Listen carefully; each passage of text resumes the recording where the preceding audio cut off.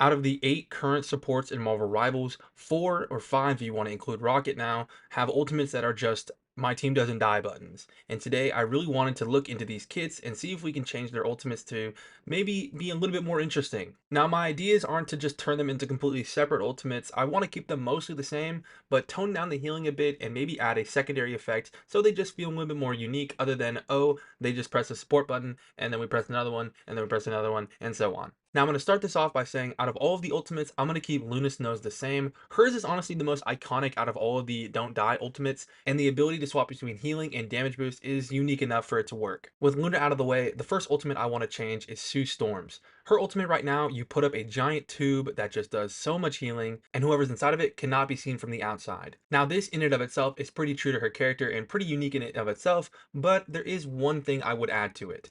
Instead of having so much healing, I'd probably reduce it to maybe 150 per second, but also have it act as an active shield. Sue Storm's ability to put up these massive force fields is a really big part of her character, and her ultimate not acting as one is kind of a missed opportunity for me. This way, instead of her ultimate acting as a you stand in this circle and you never die button, it would more or less act as a we stand in this circle and you can't touch us, forcing the enemy to either play inside of it using their own support ultimates or playing outside of it and committing their own DPS ultimates to be able to break down the shield. Now I know her ultimate already somewhat functions like this because you can't see anyone who's inside of it, forcing you to go inside of the ultimate to be able to look who you're shooting at, but having this shield aspect not only is more faithful to the character, but also adds a little bit more depth to, oh, I'm just putting this thing on the ground and no one can die inside of it. The outer ring acting as a shield would also be useful against ultimates like Doctor Strange or Scarlet Witch to be able to block line of sights on those ultimates, and would also be useful to block healing from enemies, as supports would have to play inside of your ultimate to be able to heal their teammates. These changes would ideally add a lot more impact to Sue's ultimate and make it more committal for the enemy team to either want to play inside of it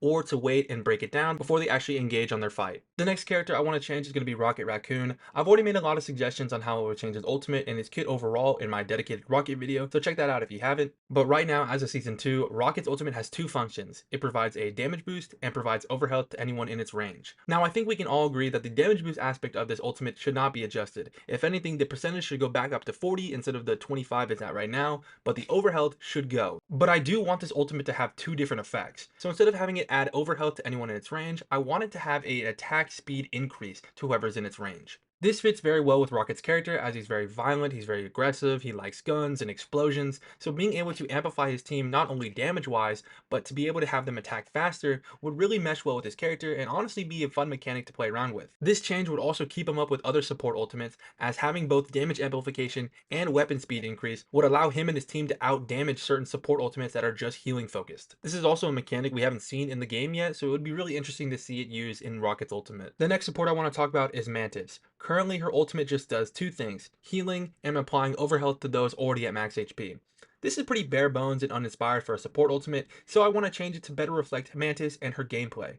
Her entire kit is based around applying damage boost to herself and her teammates, and her ultimate doesn't do that at all for some reason, so I would personally get rid of the overhealth mechanic and have it just apply a base 15 or 18% damage boost to anyone inside of her ultimate radius. This would change her playstyle for her ultimate from a sustain ult that you would use mid-fight to keep your team alive to a fight initiator, something you'd use to press the attack and really make space for your team. As you pop your ultimate, your entire team is damage boosted and you walk forward and do a lot of damage. Mantis is basically another DPS that is able to damage boost her team and sometimes do a little bit of healing, so I feel like her ultimate should reflect that part of her character. For these last two reworks, and honestly for Cloak and Dagger next, my entire philosophy is to try and change these defensive ultimates to more offensive, more playmaky style. Not a lot of people like just waiting around and, oh, they popped Luna ult, then we gotta wait 12 seconds. Oh, wait, they popped Invis next, we gotta wait another 8 seconds.